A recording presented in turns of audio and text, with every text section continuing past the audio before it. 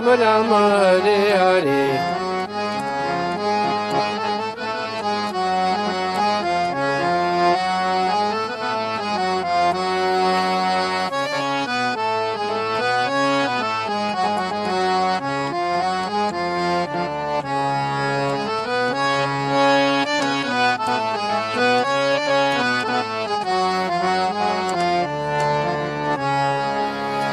Bolo Hare Krishna, Krishna Krishna, Hare Hare, Hare Ram, Ram Ram, Hare Hare.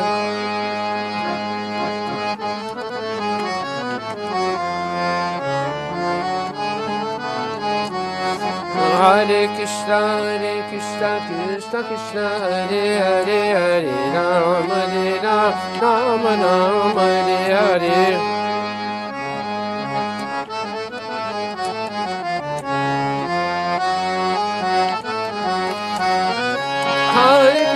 Hare Krishna, Krishna Krishna, Hare Hare, Hare Ram, Ram Ram, Hare Hare.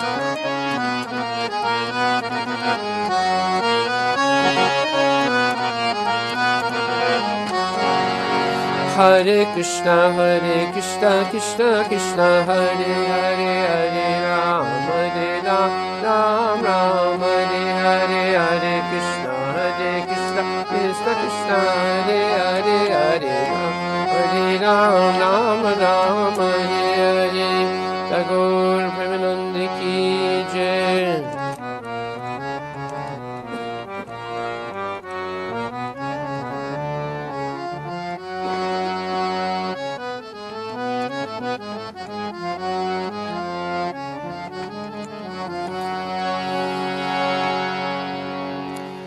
Om Namo Bhagavate Vasudevaya.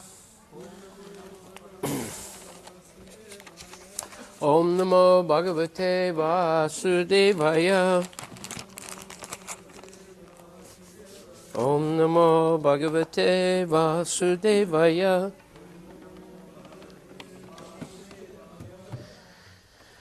Nama Om Vishnupadaya Krishna Prasthaya Bhutale Srimati Bhakti Vedanta Swami Niti Namani Namaste Saraswati Deve Gauravani Pacharine Nirvisesa Sunyavani Paskatya Desatarine Shri Krishna Chaitanya Prabhu Nityananda Shri Advaita Gadadhar Shri Vasudeva Gaur Bhaktivindam. Hare Krishna, Krishna Krishna, Hare Hare, Hare Rama, Ram Ram, Hare Hare, Hare Krishna, Krishna Krishna, Hare Hare, Hare Rama, Rama Rama, Hare Hare, Hare Krishna, Krishna Krishna, Hare Hare, Hare Rama, Rama Rama, Hare Hare. Bolo Hare Krishna.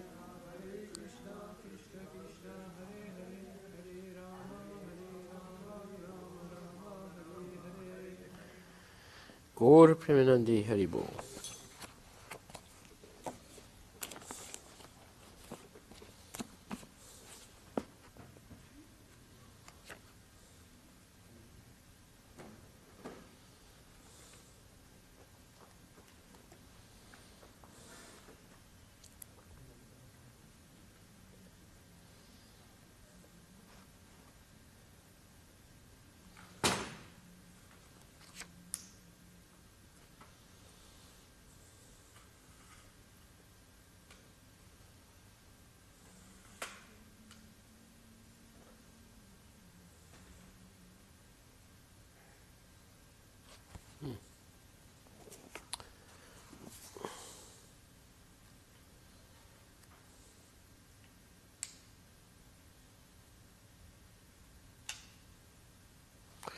Okay, yesterday we mentioned about Krishna's son with Rukmini, Pradumna, who previously was Kamadeva, or Cupid, and then when he tried to shoot Lord Shiva with his arrows, Lord Shiva killed him. And later on he took birth as Pradumna, the son of Krishna and Rukmini. So we're just going to read that pastime, and then we'll continue where we left off yesterday. So we're continuing in the 10th canto, Srimad Bhagavatam, and this is chapter 55, Pradyumna born to Krishna and Rukmini.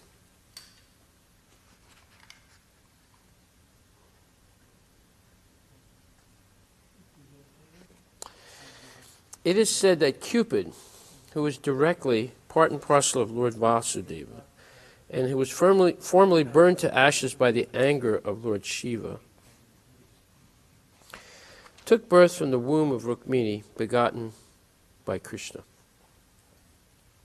This is Kamadeva, a demigod of the heavenly planets, especially capable of inducing lusty desires. The Supreme Personality of Godhead Krishna has many grades of parts and parcels, but the quadruple expansions of Krishna, Vasudeva, Sankarsana, Pradyumna, and Aniruddha, are directly in the Vishnu category. Kama, or the Cupid demigod, who later took his birth from the womb of Rukmini, was also named Pradyumna, but he cannot be the Pradyumna of the Vishnu category. He belongs to the category of Jiva Tattva, in other words, an individual soul like us. But for exhibiting special power in the category of demigods, he was a part and parcel of the super prowess of Pradyumna. That is the verdict of the Goswamis. Therefore, when Cupid was burned to ashes by the anger of Lord Shiva, he merged into the body of Vasudeva, meaning Krishna. And to get his body again, he was begotten in the womb of Rukmini by Lord Krishna himself. Thus he was born as the son of Krishna and celebrated by the name Pradyumna. Because he was begotten by Lord Krishna directly, his qualities were most similar to those of Krishna. There was a demon of the name Sambara who was destined to be killed by this Pradyumna. The Sambara demon knew of his destiny, and as soon as he learned that Pradyumna was born, he took the shape of a woman and kidnapped the baby from the maternity home less than 10 days after his birth. The demon took him and threw him directly into the sea. But as it is said, whoever is protected by Krishna, no one can kill, and whoever is destined to be killed by Krishna, no one can protect. When Pradyumna was thrown into the sea, a big fish immediately swallowed him. Later, this fish was caught in the net of a fisherman, and the fish was later sold to the Sambara demon. In the kitchen of the demon was a maidservant whose name was Mayavati. This woman had formerly been the wife of Cupid, called Rati. When the fish was presented to the demon Sambara, it was taken charge of by his cook, who was to make it into a palatable fish preparation. You notice demons eat fish.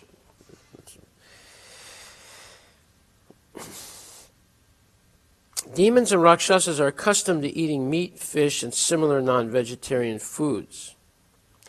Demons like Ravana, Kamsa, and Hiranyakashipu, also born of Brahmana and Kshatriya fathers, used to take meat and flesh without discrimination. This practice is still prevalent in India, and those who eat meat and fish are generally called demons and Rakshasas. So there are many Brahmins today that eat meat and fish and still perform pujas. So you can understand how sad the condition of Hinduism is in India today. When the cook was cutting the fish, he found within its stomach a nice baby, which he immediately presented to the charge of Mayavati, who was an assistant in the kitchen affairs. This woman was surprised to see how such a nice baby could remain within the belly of a fish, and the situation perplexed her. The great sage Narada then appeared and explained to her about the birth of Pradyumna and how the baby had been taken away by Sambara and later thrown into the sea. In this way, the whole story was disclosed to Mayavati. Mayavati knew that she had previously been Rati, the wife of Cupid. After her husband was burned to ashes by the wrath of Lord Shiva, she was always expecting him to come back in a material form. This woman was engaged for cooking rice and dal in the kitchen, but when she got this nice baby and understood that he was Cupid, her own husband, she naturally took charge of him and with great affection began to bathe him regularly. Miraculously, the baby swiftly grew up, and within a very short period he became a beautiful young man. His eyes were just like the petals of lotus flowers, and his arms were long down to his knees. Any woman who happened to see him was captivated by his bodily beauty. Mayavati could understand that her former husband, Cupid, born as Pradyumna, had grown into such a nice young man, and she also gradually became captivated and lusty. Smiling before him with a feminine attractiveness, she expressed her desire for sexual union. He therefore inquired from her, "How is it possible that first you were affectionate like a mother, and now you are expressing the symptoms of a lusty woman? What is the reason for such a change?" On hearing this statement from Pradyumna, the woman Rati replied, "My dear sir, you are the son of Lord Krishna. Before you were 10 days old, you were stolen by the Sambara demon, and later thrown into the water and swallowed by a fish. In this way you have come under my care, but actually in your former life, as Cupid, I was your wife. Therefore my manifestation of conjugal symptoms is not at all incompatible. Sambara wanted to kill you, and he is endowed with various mystic powers. Therefore, before he again attempts to kill you, please kill him as soon as possible with your divine power. Since you were stolen by Sambara, your mother Rukmini has been in a very grievous condition. Like a kurari bird who has lost her baby, she is very affectionate toward you, and since you have been taken away from her, she has been living like a cow, aggrieved over the loss of its calf." Mayavati had mystic knowledge of supernatural powers.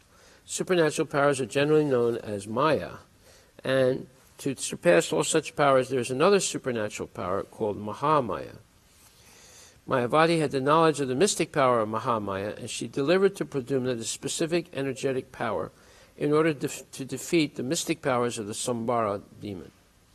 Thus, being empowered by his wife, Pradyumna immediately went before Shambara and challenged him to fight. Pradyumna addressed him in very strong language so that his temper would be agitated and he would be moved to fight. At Pradyumna's words, the demon Shambara, being insulted, felt just as a snake feels after being struck by someone's foot. A serpent cannot tolerate being kicked by another animal or by a man, and it immediately bites its opponent. Sambara felt the words of Pradyumna as if they were a kick. He immediately took his club in his hand and appeared before Pradyumna to fight. Roaring like a thundering cloud, in great anger, the demon began to beat Pradyumna with his club, just as a thunderbolt beats a mountain. Pradyumna protected himself with his own club and eventually struck the demon very severely. In this way, the fighting between Sambarasura and Pradyumna began in earnest. But Sambarasura knew the art of mystic powers and could raise himself into the sky and fight from outer space. There is a demon of the name Maya, and Sambarasura had learned many mystic powers from him. Maya is different than Maya. So Maya is a man. He thus raised himself high into the sky and threw various types of nuclear weapons at the body of Pradyumna. To combat the mystic powers of Sambarasura, Pradyumna invoked another mystic power known as Mahavidya, which was different from the black mystic power. The Mahavidya mystic power is based on the quality of goodness. Shambara, understanding that his enemy was formidable, took assistance from various kinds of demoniac mystic powers belonging to the Guyakas, the Gandharvas, the Pisachas, the snakes, and the Rakshasas. But although the demon exhibited his mystic powers and took shelter of supernatural strength, Pradyumna was able to counteract his strength and powers by the superior power of Mahavidya. When Sambarasura was defeated in every respect, Pradyumna took his sharp sword and immediately cut off the demon's head, which was decorated with a helmet and valuable jewels. When Pradyumna thus killed the demon, all the demigods in the higher planetary system showered flowers on him. Pradyumna's wife, Mayavati, could travel in outer space, and therefore they directly reached Dwarka, his father's capital, by the airways. They passed above the palace of Lord Krishna and came down as a cloud comes down with lightning. The inner section of a palace is known as Antapura, private apartments. Pradyumna and Mayavati could see many women there, and they sat down among them. When the women saw Pradyumna dressed in yellowish garments, with very long arms, curling hair, beautiful reddish eyes, a smiling face, jewelry, and ornaments, they at first could not recognize him as a personality different from Krishna. They all felt very bashful at the sudden presence of Krishna and wanted to hide in a different corner of the palace.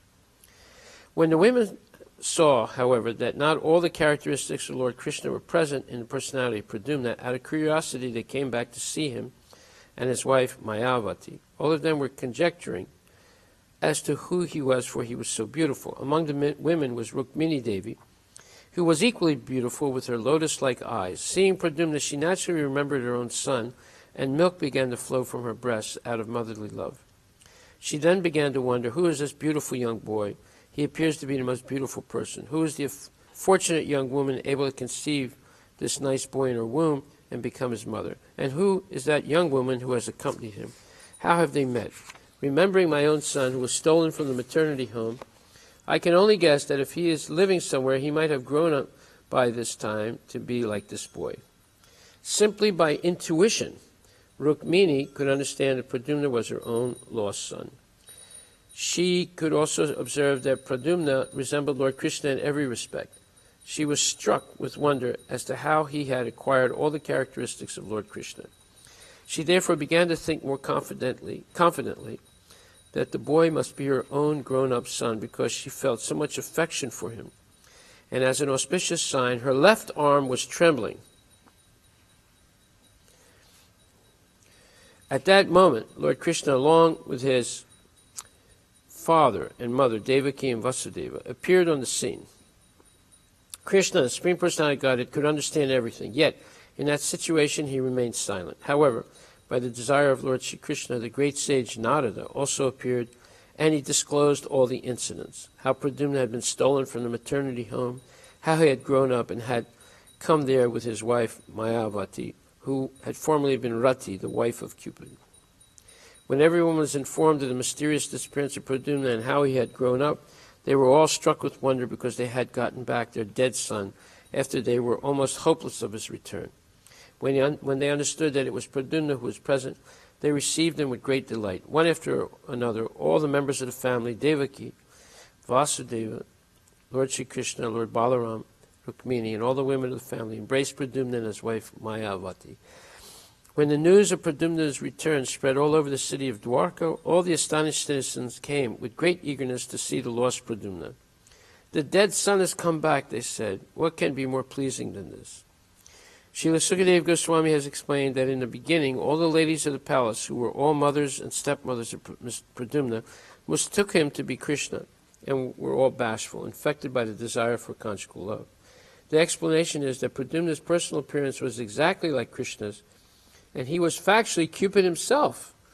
There was no cause for astonishment. Therefore, when the mothers of Pradyumna and the other women mistook him in that way, it is clear from the statement that Pradyumna's bodily characteristics were so similar to Krishna's that he was mistaken for Krishna even by his mother.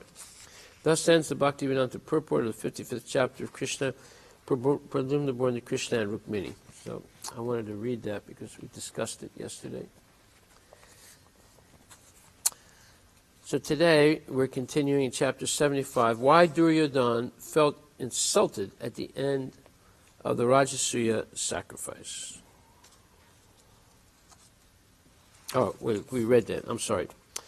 We're in chapter 76. The battle between Salva and members of the Yadu dynasty.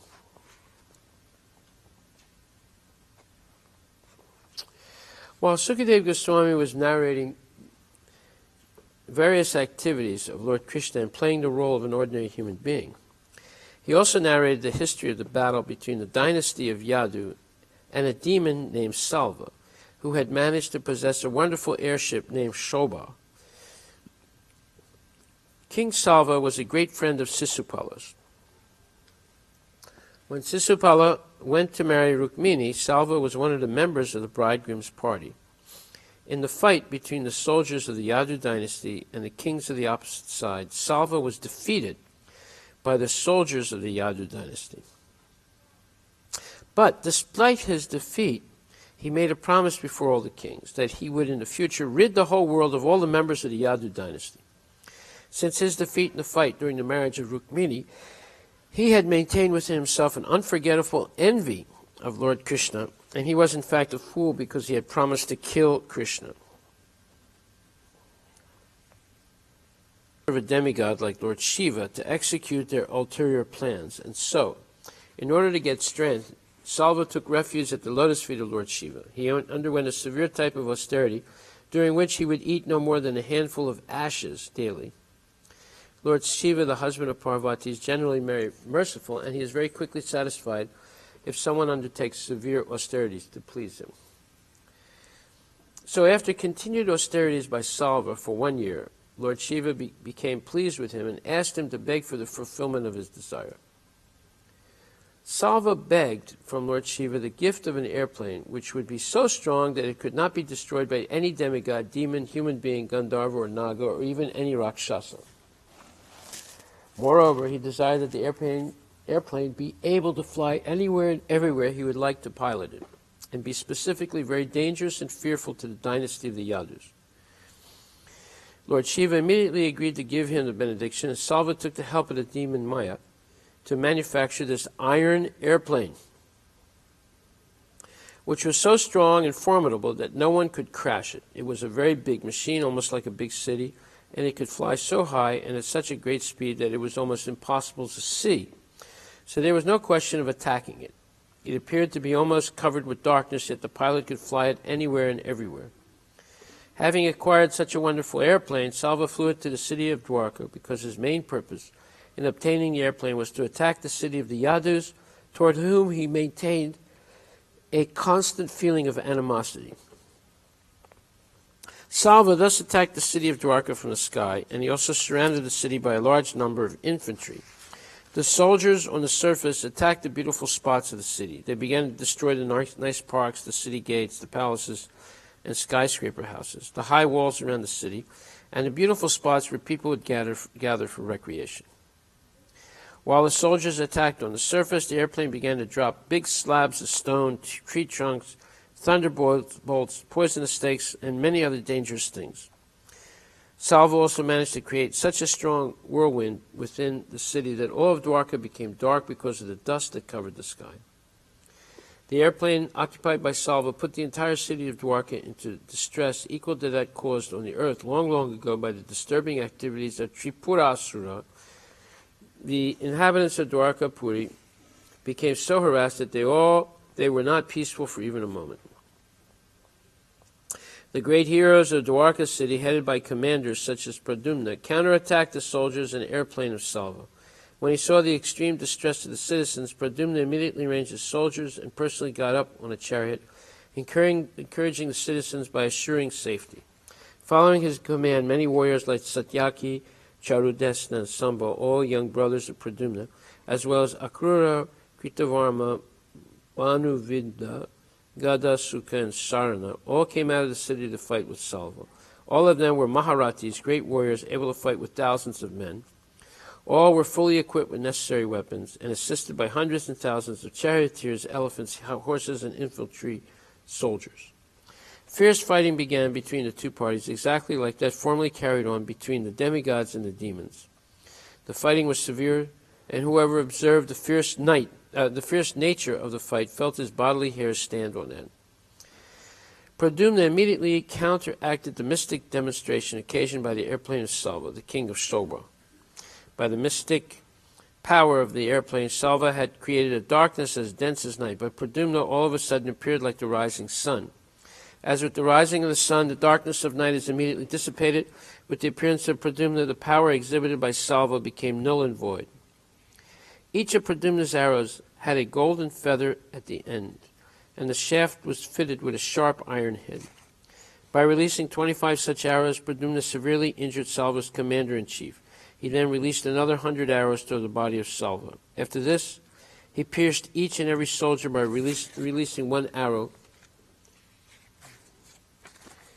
He killed the chariot drivers by firing 10 arrows at each one of them, and he killed the carriers like the horses and elephants by the release of 3 arrows directed toward each one. When everyone present in the battlefield saw this wonderful feat of Pradumna's, the great fighters on both sides praised this act of chivalry. But still, the airplane occupied by Salva was very mysterious. It was so extraordinary that sometimes many airplanes would appear to be in the sky, and sometimes there were apparently none. Sometimes the plane was visible and sometimes not visible, and the warriors of the Yadu dynasty were puzzled about the whereabouts of the peculiar airplane. Sometimes they would see the airplane on the ground, sometimes flying in the sky, sometimes resting on the peak of a hill, and sometimes floating on the water. The wonderful airplane flew in the sky like a whirling firebrand. It was not steady even for a moment. But despite the mysterious maneuvering of the airplane, the commanders and soldiers of the Yadu dynasty would immediately rush towards Salva, wherever he was present with his airplane and soldiers. The arrows released by the dynasty Yadus were as brilliant as the sun and as dangerous as the tongues of serpents. All the soldiers fighting on behalf of Salva soon became distressed by the incessant release of arrows upon them by the heroes of the Yadu dynasty, and Salva himself became unconscious from the attack of these arrows. The soldiers fighting on behalf of Salva were also very strong, and the release of their arrows also harassed the heroes of the Yadu dynasty, but still the Yadus were so strong and determined that they did not move from their strategic positions. The heroes of the Yadu dynasty were determined either to die on the battlefield or to gain victory. They were confident that if they died in the fighting, they would attain a heavenly planet, and if they came out victorious, they would enjoy the world. The name of Salva's commander-in-chief was Duman. He was very powerful, and although bitten by 25 of Pradyumna's arrows, he suddenly attacked Pradyumna with his fierce club and struck him so strongly that Pradyumna became unconscious. Immediately there was a roaring. "Now he is dead! Now he is dead!" The force of the club on Pradyumna's chest was very severe, and it appeared as though his chest had been torn asunder. Pradyumna's chariot was being driven by the son of Daruka. Daruka is the chariot driver of Krishna. According to Vedic military principles, the chariot driver and the hero in the chariot must cooperate during the fighting. As such, because it was the duty of the chariot driver to take care of the hero in the chariot during the dangerous and precarious fighting, Daruka's son removed Pradyumna from the battlefield. 2 hours later, in a quiet place, Pradyumna regained consciousness, and when he saw that he was in a place other than the battlefield, he addressed the charioteer and condemned him. "Oh, you have done the most abominable act. Why have you removed me from the battlefield? My dear charioteer, I have never heard of any of our family members was ever removed from the battlefield. None of them left the battlefield while fighting. By this removal, you have overburdened me with a great defamation. It will be said that I left the battlefield while fighting was going on. My dear charioteer, I must accuse you. You are a coward and emasculator. Tell me, how can I go before my uncle Balarama and my father Krishna, and what shall I say before them? Everyone will talk about me and say that I fled from the fighting place, and if they inquire from me about this, what will be my reply? My sisters-in-law will play jokes upon me with sarcastic words. My dear hero, how have you become such a coward? How have you become a eunuch? How have you become so low in the eyes of the fighters who opposed you? I think, my dear charioteer, that you have committed a great offense by removing me from the battlefield." The charioteer Pradyumna replied, "My dear sir, I wish a long life for you. I think I did nothing wrong, for it is the duty of the charioteer to help the fighter in the chariot when he is in a precarious condition. My dear sir, you are completely competent in the battlefield, but it is the duty of the charioteer and the warrior to protect each other in a precarious condition. I was completely aware of the regulative principles of fighting, and I did my duty. The enemy all of a sudden struck you with his club so severely that you lost consciousness. You were in a dangerous position, surrounded by your enemies. Therefore, I was obliged to act as I did." Thus ends the Bhaktivedanta Purport, the 76th chapter of Krishna, the battle between Salva and members of the Yadu dynasty. So now we're going to chapter 77. After talking with his charioteer, the son of Daruka, Pradyumna could understand the real circumstances. Therefore, he refreshed himself by washing his mouth and hands, and after arming himself properly with bows and arrows, he asked his charioteer to take him near the place where Salva's commander-in-chief was standing. During the short absence of Pradyumna from the battlefield, Duman, Salva's commander-in-chief, had been taking over the positions of the soldiers of the Yadu dynasty. Appearing on the battlefield, Pradyumna immediately stopped him and, smiling, shot 8 arrows at him. With 4 arrows he killed Duman's 4 horses, and with 1 arrow his chariot driver. With another arrow he cut his bow in 2. With another arrow he cut his flag to pieces, and with the last arrow he severed his head from his body. On the other fronts, heroes like Gada, Satyaki, Shamba were killing the soldiers of Salva. The soldiers staying with Salva in the airplane were also killed in the fighting, and they fell into the ocean. Each party began to strike the opposite party very severely in a fierce, dangerous battle that continued for 27 days without stopping.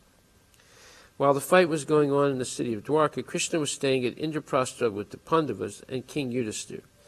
This fighting with Salva took place after the Rajasuya Yagya had been performed by King Yudhisthira and after the killing of Sisupala. When Lord Krishna understood that there was a great danger in the city of Dwarka, he took permission from the elderly members of the Pandava family, especially from his aunt, Kunti Devi, and started immediately for Dwarka. Lord Krishna began to think that while he was staying in Hastinapura with Balarama after the killing of Sisupala, Sisupala's men must have attacked Dwarka. On reaching Dwarka, Lord Krishna saw that the whole city was greatly endangered. He placed Balaramji in a strategic position for the protection of the city, and he himself asked his charioteer Daruka to prepare to start. He said, "Daruka, please immediately take me to where Salva is staying. You may know that this Salva is a very powerful, mysterious man. Don't fear him in the least." As soon as he got his orders from Lord Krishna, Daruka had him seated on the chariot and drove very quickly towards Salva. The chariot of Lord Krishna was marked with the flag bearing the insignia of Garuda. And as soon as the soldiers and warriors of the Yadu dynasty saw the flag, they could understand that Lord Krishna was on the battlefield. By this time, almost all the soldiers of Salva had been killed, but when Salva saw that Krishna had come to the battlefield, he released a great powerful weapon which flew through the sky with a roaring sound like a great meteor. It was so bright that the whole sky was lit up by its presence. But as soon as Lord Krishna appeared, he tore the great weapon into hundreds and thousands of pieces by releasing his own arrows. Lord Krishna struck Salva with 16 arrows, and with showers of arrows he overpowered the airplane, just as the sun in a clear sky overpowers the whole sky by an unlimited number of molecules of sunshine. Salva struck a severe blow to Krishna's left side, where the Lord carried his bow, Saranga, and as a result the Saranga bow fell from the Lord Krishna's hand. This dropping of the bow was indeed wonderful. Great personalities and demigods who were observing the fighting between Salva and Krishna were most perturbed by this, and they exclaimed, "Alas, alas." Salva thought that he had become victorious, and with a roaring sound he addressed Lord Krishna as follows: "You rascal Krishna, you kidnapped Rukmini forcibly, even in our presence. You baffled my friend Sisupala and married Rukmini yourself. And in the great assembly at King Yudhisthira's Rajasuya Yagya, while my friend Sisupala was a little absent-minded, you took an opportunity to kill him. Everyone thinks that you are a great fighter and that no one can conquer you. So now you will have to prove your strength. I think that if you stand before me any longer with my sharp arrows, I shall send you to a place wherefrom you will never return." To this Lord Krishna replied, "Foolish Salva, you are talking nonsensically. You do not know that the moment of death is already upon your head. Actual heroes do not talk much. They prove their prowess by practical exhibition of chivalrous activities." After saying this, Lord Krishna, in a great anger, struck Salva on the collarbone with his club so severely that Salva began to vomit blood and tremble as if he were going to collapse from severe cold. Before Krishna was able to strike him again, however, Salva became invisible by his mystic power. Within a few moments, a mysterious, unknown man came before Lord Krishna. Crying loudly, he bowed down at the Lord's lotus feet and said to him, "Since you are the most beloved son of your father Vasudeva, your mother Devaki has sent me to inform you of the unfortunate news that Salva has arrested your father and taken him away by force. Just as a butcher mercilessly takes away an animal." When Lord Krishna heard this unfortunate news from the unknown man, he at first became most perturbed, just like an ordinary human being. His face showed signs of grief, and he began to cry in a piteous tone, "How could that happen? My brother, Lord Balaram, is there, and it is impossible for anyone to conquer Balaramji. He is in charge of Dwarka city, and I know he is always alert. How could Salva possibly enter the city and arrest my father in that way? Whatever Salva may be, his power is limited, so how could it be possible that he has conquered the strength of Balaramji and taken away my father, arresting him as described by this man? Alas, destiny is, after all, very powerful." While Sri Krishna was thinking like this, Salva brought before him in custody a man exactly resembling Vasudeva, his father. These were all creations of the mystic power of Salva. Salva addressed Krishna, "You rascal Krishna, look, this is your father who has begotten you and by whose mercy you are still living. Now just see how I kill your father. If you have any strength, try to save him." The mystic juggler Salva Speaking this way before Lord Krishna immediately cut off the head of the false Vasudeva. Then without hesitation he took away the dead body and got into his airplane. Lord Krishna is the self-sufficient Supreme Personality of Godhead. Yet because he was playing the role of a human being, he became very depressed for a moment, as if he had actually lost his father. But at the next moment, he could understand that the arrest and killing of his father were demonstrations of the mystic powers which Salva had learned from the demon Maya. Coming to his right consciousness, he could see that there was no messenger and no head of his father, but that Salva had left in his airplane, which was flying in the sky. He then began to think of slaying Salva. Krishna's reaction is a controversial point among great authorities and saintly persons. How could Krishna, the Supreme Personality of Godhead, the reservoir of all power and knowledge, be bewildered in such a way? Lamentation, aggrievement, and bewilderment are characteristics of conditioned souls. But how can such things affect the person of the Supreme, who is full of knowledge, power, and all opulence? Actually, it is not at all possible that Lord Krishna was misled by the mystic jugglery of Salva. He was displaying his pastime in playing the role of a human being. Great saintly persons and sages who are engaged in the devotional service of the lotus feet of Lord Krishna, and who have thus achieved the greatest perfection of self-realization, have transcended the bewilderments of the bodily concept of life. Lord Krishna is the ultimate goal of life for such saintly persons. How then could Krishna have been bewildered by the mystic jugglery of Salva? The conclusion is that Lord Krishna's bewilderment was another opulence of his Supreme Personality. When Salva thought that Krishna had been bewildered by his mystic representations, he became encouraged and began to attack the Lord with greater strength and energy by showering volleys of arrows upon him. But the enthusiasm of Salva can be compared to the speedy march of moths into a fire. Lord Krishna, by hurling his arrows with unfathomable strength, injured Salva, whose armor, bow, and jeweled helmet all scattered in pieces. With a crashing blow from Krishna's club, Salva's wonderful airplane burst into pieces and fell into the sea. Salva was very careful, and instead of crashing with the airplane, he managed to jump onto the land. He again rushed toward Lord Krishna. When Salva ran swiftly to attack Krishna with his club, Lord Krishna cut off his hand, which fell to the ground with the club. Finally, deciding to kill him, the Lord took up his wonderful disc, which shone like the brilliant sun at the time of the dissolution of the material creation. When Lord Sri Krishna stood up with his disc to kill Salva, he appeared just like a mountain with the red sun rising over it. Lord Krishna then cut off Salva's head, and the head, with its earrings and helmet, fell to the ground. Salva was thus killed in the same way that Vritrasura was killed by Indra, the king of heaven. When Salva was killed, all his soldiers and followers cried, "Alas, alas." While Salva's men were thus crying, the demigods from the heavenly planets showered flowers on Krishna and announced the victory by beating drums and blowing bugles. At that very moment, other friends of Sisupala, such as Dantavakra, appeared on the scene to fight with Krishna and avenge the death of Sisupala and others. When Dantavakra appeared before Krishna, he was extremely angry. Thus ends the Bhaktivedanta purports of the 77th chapter of Bhagavad Gita, the deliverance of Salva.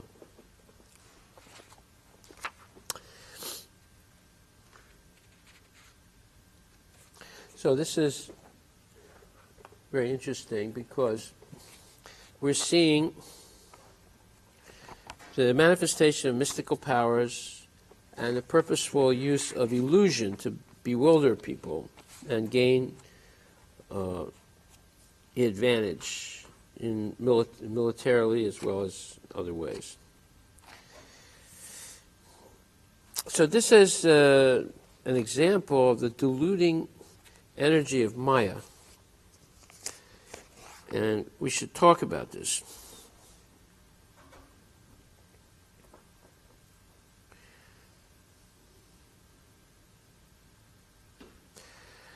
And we're seeing a lot of different kinds of sophisticated weapons.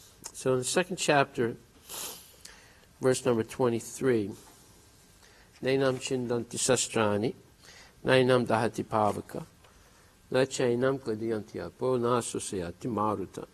The soul can never be cut to pieces by any weapon, nor burned by fire, nor moistened by water, nor withered by the wind.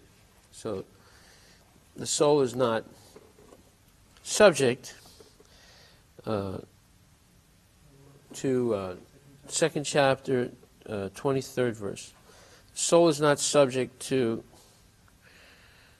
any kind of being killed by any kind of material weapon.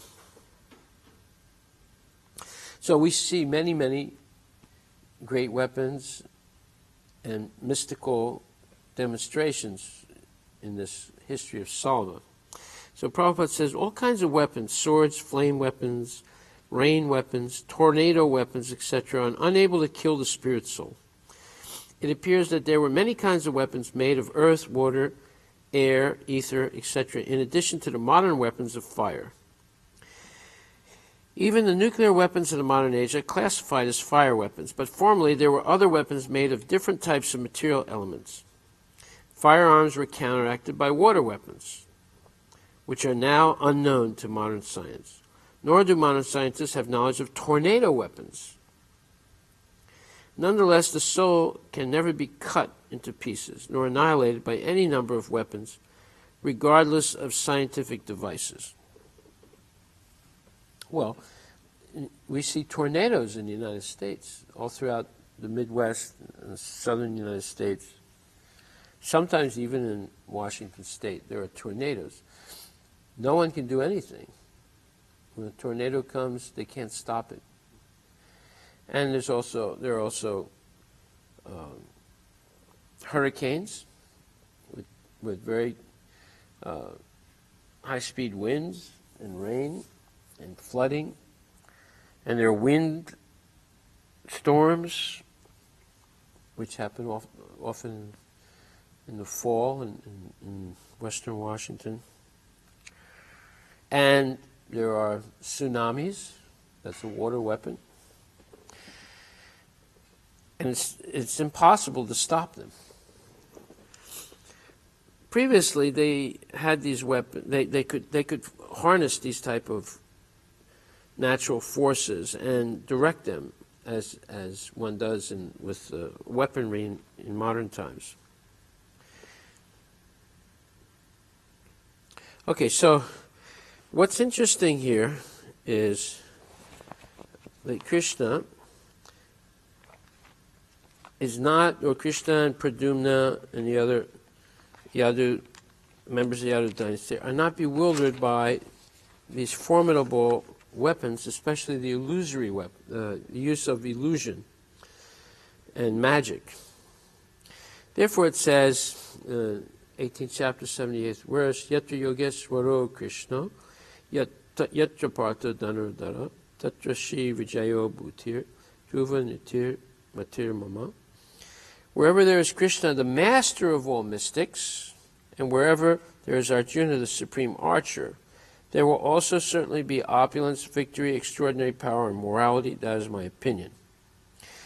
Well, Krishna is called Yogeshwar. He's the master of all mysticism. So as great as the mysticism is of the demons, it doesn't compare to Krishna's power. Therefore, the devotees depend on Krishna in all circumstances. They're not bewildered by the show of power by the materialists. Now, you might say, well, how come Krishna was bewildered? Seemed to be bewildered. Well, he was playing the role as an ordinary human being. And ordinary human beings, like us, get bewildered when we see manifestations of great, even a little bit of a power, we get bewildered.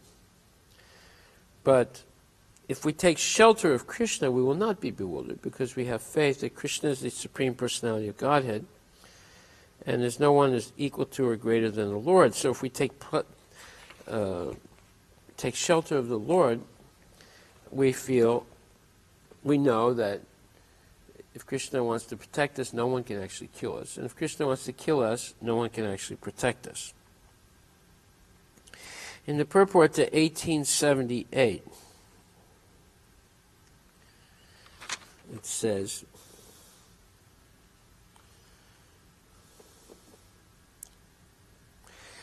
There are many less intelligent persons who take Bhagavad Gita to be a discussion of topics between two friends on a battlefield, but such a book cannot be scripture. Some may protest that Krishna incited Arjuna to fight, which is immoral, but the reality of the situation is clearly stated. Bhagavad Gita is the supreme instruction in morality. The supreme instruction of morality is stated in the 9th chapter in the 34th verse, Man manabhava mad bhakta. One must become a devotee of Krishna, and the essence of all religion is to surrender unto Krishna. Sarvadharman parityaja mamikam saranam vraja. The instructions of Bhagavad Gita constitute the supreme process of religion and of morality. All other processes may be purifying and may lead to this process, but the last instruction of the Gita is the last word in all morality and religion. Surrender unto Krishna. This is the verdict of the 18th chapter. From Bhagavad Gita we can understand that to realize oneself by philosophical speculation and by meditation is one process, but to fully surrender unto Krishna is the highest perfection. This is the essence of the teachings of Bhagavad Gita. The path of regulative principles according to the orders of social life and according to the different courses of religion may be a confidential path of knowledge, but although the rituals of religion are confidential, meditation and cultivation of knowledge are still more confidential, and surrender unto Krishna in devotional service and full Krishna consciousness is the most confidential instruction. That is the essence of the 18th chapter. Another feature of Bhagavad Gita is that the actual truth is the Supreme Personality of Godhead, Krishna. The absolute truth is realized in three features: impersonal Brahman, localized Paramatma, and ultimately the Supreme Personality of Godhead, Krishna.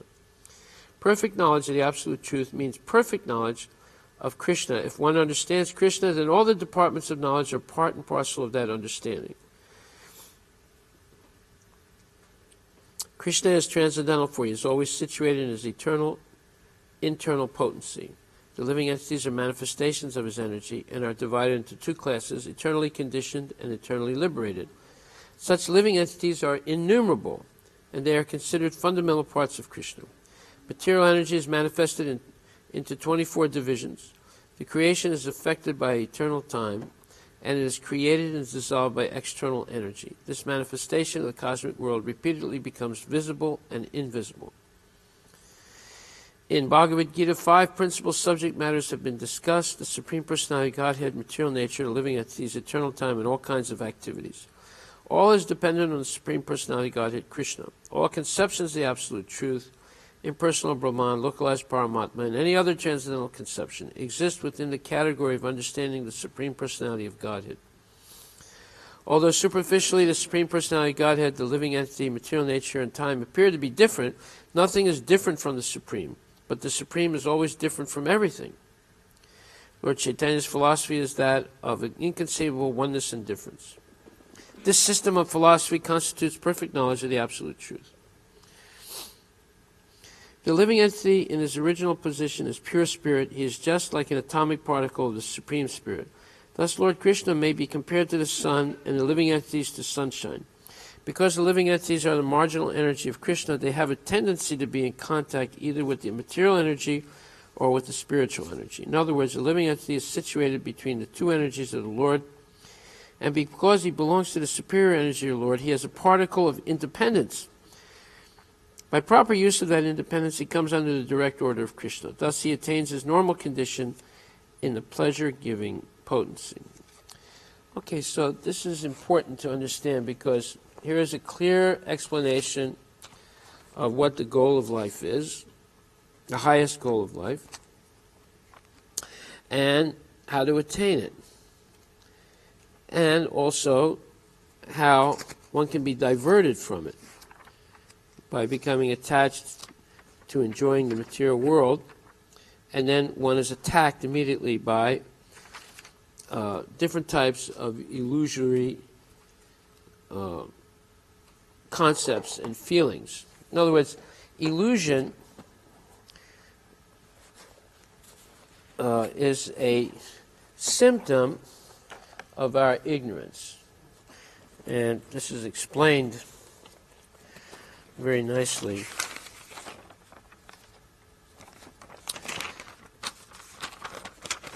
This is called Brahma's magic wand. Brahma is sometimes considered a Yogeshwara, but not the supreme Yogeshwara, master of mysticism. In order to create the material world, Brahma had to create 5 symptoms of ignorance. Why? Because one has to be in ignorance to live in the material world and strive day and night for sense gratification. And that ignorance is like a magic spell that overwhelms each individual, meaning all of us in this world. So the conditions under which we, living beings, have to live in order to function in illusion in the material world are created by Brahma. Because unless we forget our real identity, it's impossible to live in the material conditions of life. We must forget who we are, what we're meant to do, where we come from, what is our original nature, what is our relationship with Krishna. We must forget that in order to engage in daily material life. So Brahma creates 5 conditioning, let's say, mental concepts to keep us in this illusion, to live in the material conditions of life. So the first condition is to forget our real identity and identify with something that we're not.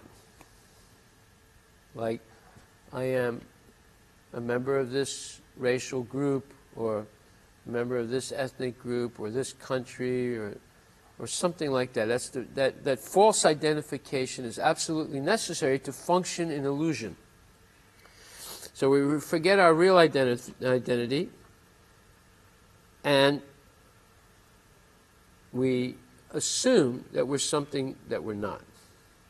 Second is, due to identifying with something that we're not, meaning this body and the circumstantial situation of the birth of this body in a particular family or country or whatever, we become subject to fear of death. We become afraid of death. Just like kids, they like to watch scary movies. So while they're watching a scary movie for entertainment, one of the adults or some teenagers, someone plays a trick on them, and they go, boom! And they all they jump like that, right? So they do that to each other all the time. So all of a sudden they became really afraid. Right? So one thing is the entertainment, watching the movie. They're watching a scary movie for entertainment. The other thing is they actually easily get scared. When the lights go off, someone goes, boo, or makes a noise like a demon. They all start screaming and they get afraid. So that fear of death begins when we falsely identify with something material. And everything material is perishable. So therefore we become fearful of death. So by forgetting one's real identity, one becomes afraid of death. Even though the soul, as we just read, is deathless. The Jayate Mriyate Vakadachin, or 2nd chapter, 23rd verse, Nainam Chindanti Sastrani, Nainam Dahati Pavakaha, Lachainam Kladianti Apo, Nasusayati Marata. The soul can never be cut to pieces by any weapon, nor burned by fire, nor moistened by water, nor withered by the wind. We forget all that. Then, by falsely identifying with material nature, we go to school, and they teach us that we all were produced by accident and developed different species of life by Darwinian evolution. That means there's no God in control. So we're taught like that. that we're just a product of material nature, just a bunch of chemicals that came about accidentally. So the false identification with material nature is the cause of false ownership of things, which are offered to us by superior arrangement of Krishna and the laws of karma. So falsely identifying ourselves leads to false sense of ownership of things. We all falsely identify with the body, and we falsely think we own the body, and we can do whatever we want in the body. Just like people say in the abortion argument, they say, well, a woman has a right to her she has reproductive rights. You can't interfere with her reproductive. She wants to kill the child, that's her business. You have no right to interfere in her free choice. She must have a choice. Well, that means that she, at a certain period, she owns her body. So therefore, she has a right to choose whether she wants to kill her child or not. So these are all phony arguments. They're the arguments of the demons. And they've become very prominent today, and people believe them. Why? Because as soon as we falsely identify ourselves, we develop a false sense of proprietorship also. Then these material resources are offered to the living entity to live peacefully and for the discharge of duties of self-realization and conditioned life. They're not offered to us for sense gratification, for abortion, for self-destruction. These material facilities, like we have a body that works and the nature works. Every year the spring rejuvenates and there's nice fruits and vegetables and grains and all these things, regulated rain, movement of the earth, all these things are happening, our circulatory system, the heart, all these things are functioning not so that we falsely identify ourselves and get involved in sense gratification and false ego, but in order to discharge the duties of self-realization and live a peaceful life. But due to this false identification, the conditioned soul becomes entrapped by the sense of false ownership of property. And the property actually belongs to Krishna, but we falsely believe it belongs to me. So these are 5 kinds of ignorance that condition the living entity in material existence, and they're creations of Brahma. So we're all under the influence of the magic wand of Brahma. And these are, otherwise we could not live in this material world and engage in sinful activities on a daily basis and think it's all right. We must be subject to ignorance. So, number 1, we forget what our real identity is. Number 2, we become afraid of death. Number 3, we falsely identify with material nature and we develop a false sense of ownership of things. And number 4,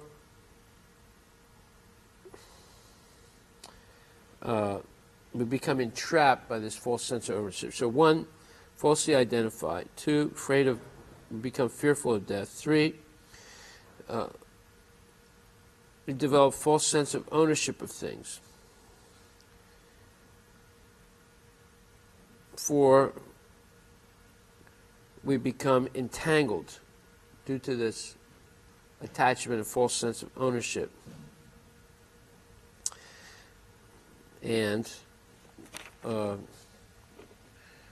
we give up spiritual life.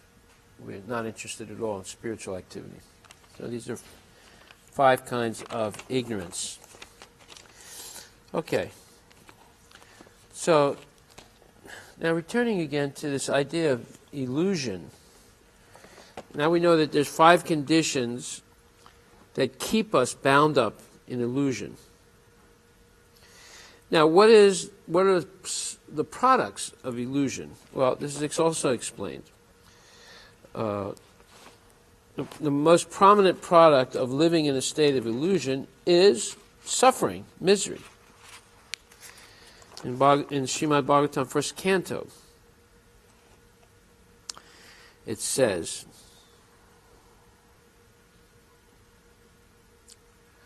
we become subject to the threefold miseries of life.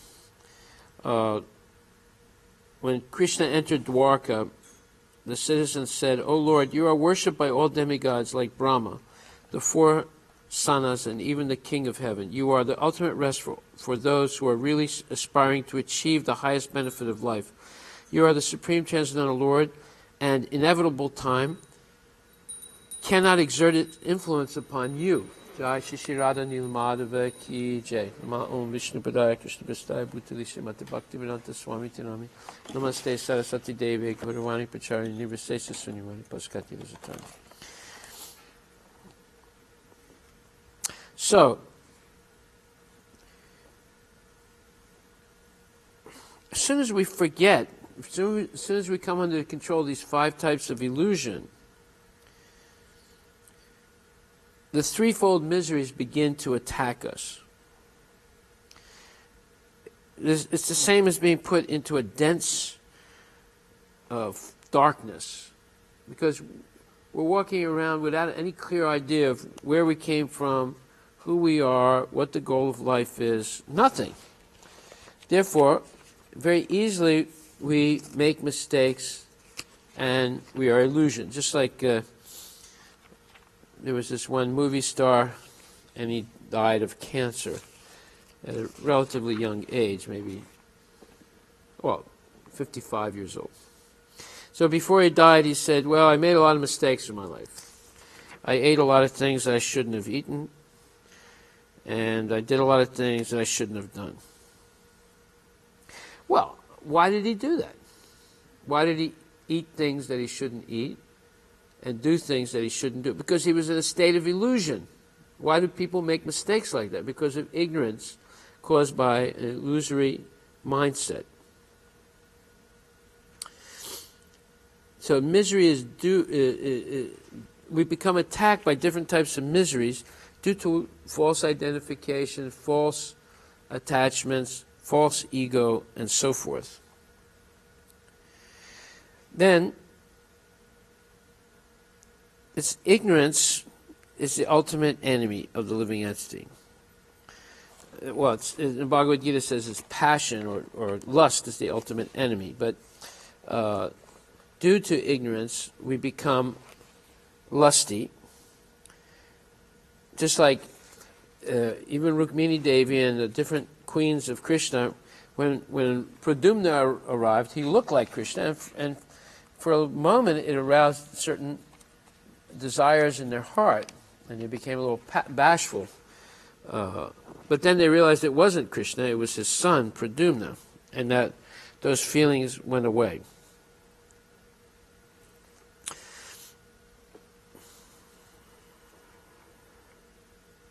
Okay, so then there's another point we want to make. 57.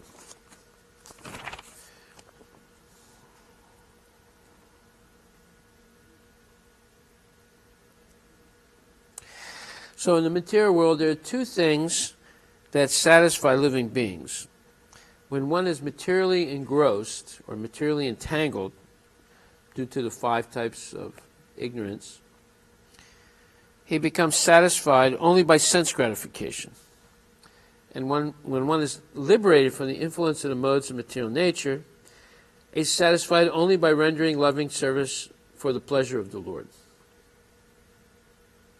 So in either way, the living entity is a servant. He's never served. Either he's serving his lust, anger, and greed, or he's serving the Supreme Personality of Godhead. But he's always a servant. So, illusioned by the conditions of external energy, however, the living entity thinks that he should be served, but actually is not served. He's the servant of the senses like lust, desire, anger, greed, avarice, pride, madness, and intolerance. But when one comes to their proper senses by spiritual realization, spiritual attainment, spiritual knowledge, one realizes I'm not the master of this world, but only the servant of my senses and my mixed up emotions, lust, anger, and greed. Then the living entity begins to beg the Lord for service. Well, that's the meaning of the Hare Krishna mantra. Maha mantra. Hare Krishna, Krishna Krishna, Hare Hare. Hare Ram, Ram Ram, Hare. My dear Lord, please always engage me in your service. So people begin to chant Hare Krishna when they realize that for all these years I was serving lust, anger, and greed, and it just got me into trouble. It didn't give me any real pleasure. I thought I was getting pleasure, but what kind of pleasure? Such a low-class pleasure. Sense gratification. It only lasts for a little bit, but one has to go through long periods of misery to attain a few minutes of pleasure. So one begins to chant Hare Krishna because they realize that the real pleasure is serving Krishna and pleasing the Lord. And then one becomes actually happy. So the devotee begs for the service of the Lord and thus becomes happy without being illusioned by so-called material happiness. So Maharaj Yudhisthira was such a person, therefore he wasn't interested in glorifying himself through the Rajasuya sacrifice. He wanted to glorify Krishna, and he did. And he didn't derive any pleasure from his vast kingdom. He was king of the whole world at that time, 5,000 years ago. Nor in company of his good wife, or obedient brothers, or his happy subjects, or his prosperous kingdom. These things did not really give him happiness. He was not trying to enjoy them. These things automatically follow a pure devotee. He doesn't have to endeavor separately for kingdom, good family, this thing, that thing. They come naturally. Krishna gives these opulences to the devotee because the devotee is not interested in enjoying them personally.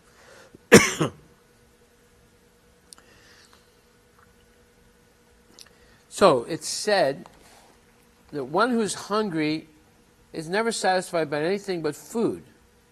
And one who realizes that their real hunger in life is love for Krishna. They're not satisfied by anything else but devotional service. That's a symptom that one has become a devotee, a real devotee. So everyone in the material world is hungry, but they're not hungry for Krishna, they're hungry for sense gratification.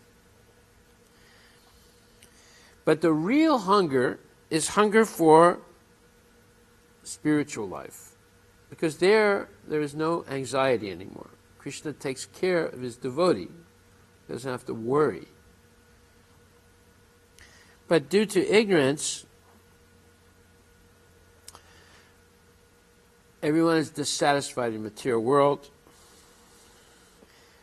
They don't get enough food, shelter, defense, and objects for sense gratification. This dissatisfaction, this is called illusion.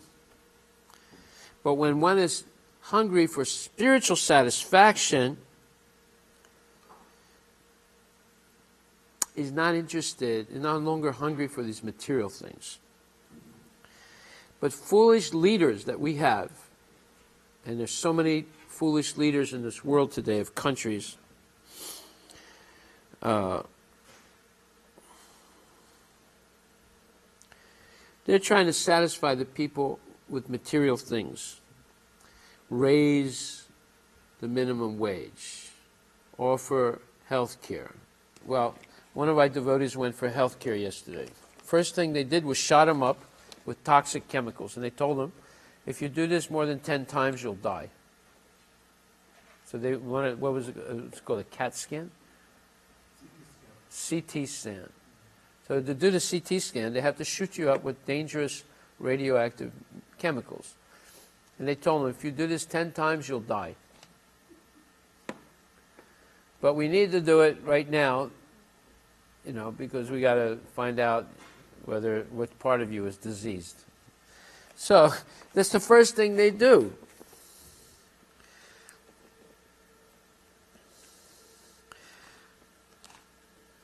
So therefore, rather than being hungry for sense gratification, we should get hungry for devotional service. We should be hungry for prasadam, spiritual food, spiritual shelter, spiritual defense, spiritual sense gratification. But this can only be obtained in association of Krishna. What is spiritual sense gratification? Well, waking up early, taking a bath, putting on clean clothes, coming and having darshan of the deity, chanting your rounds, hearing Bhagavad Gita, Srimad Bhagavatam, engaging in service. This is all pleasing to the senses and the mind. There's nothing nasty involved.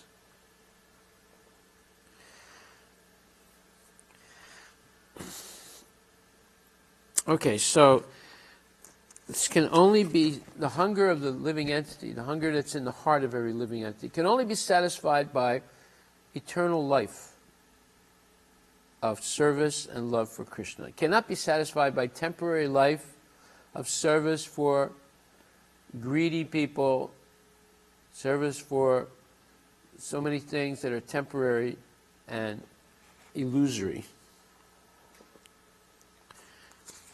Okay. So therefore, when we see the mystical prowess of someone like Salva, we're not very impressed by it. Materialists are impressed. Oh, I want to be able to do that. I want to have an airplane like that. I want to be able to create illusions that put people into distress. But a devotee never puts anyone into distress.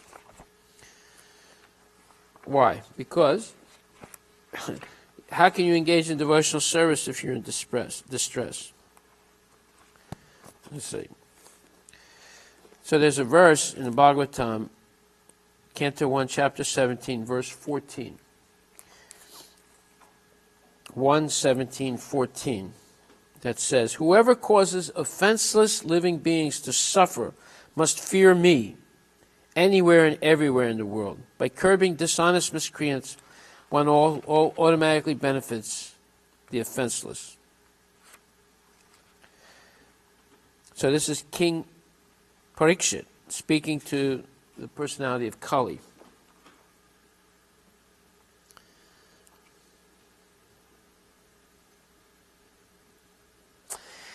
So dishonest miscreants flourish because of cowardly and impotent executive heads of state.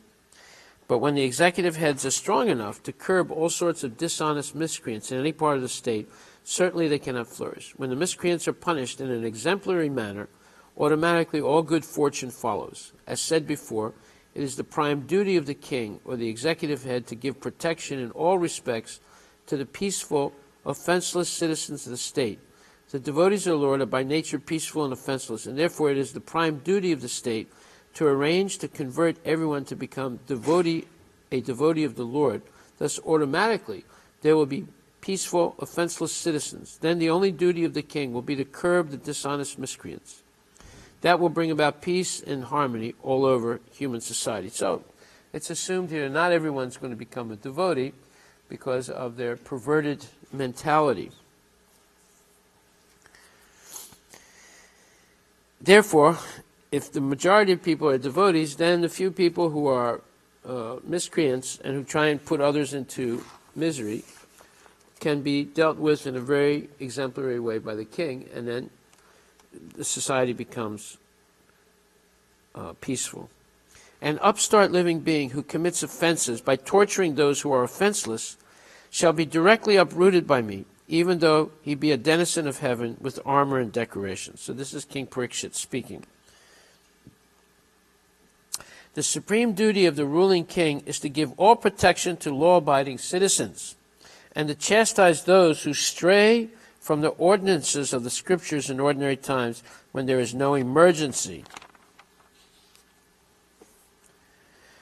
The personality of religion said, "These words just spoken by you befit a person of the Pandava dynasty, captivated by the devotional qualities of the Pandavas.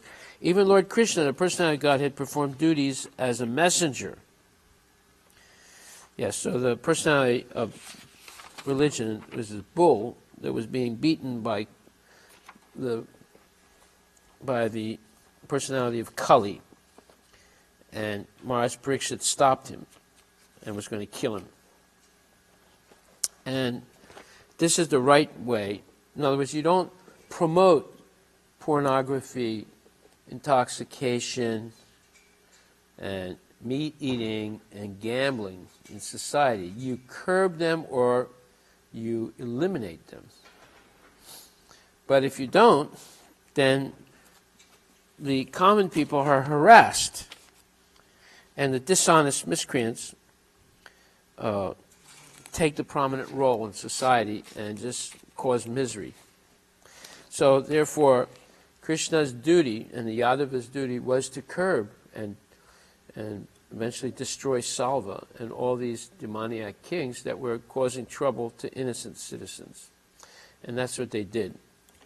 Just like Rama killed Ravana and all the miscreant Rakshasas and established a saintly kingdom. Unfortunately, today we don't have really good leaders. Therefore, there's so much disturbance in society, and it's hard to have a peaceful spiritual life, especially in India. And here, but India especially. So we'll stop right there. Thank you very much. Hare Krishna.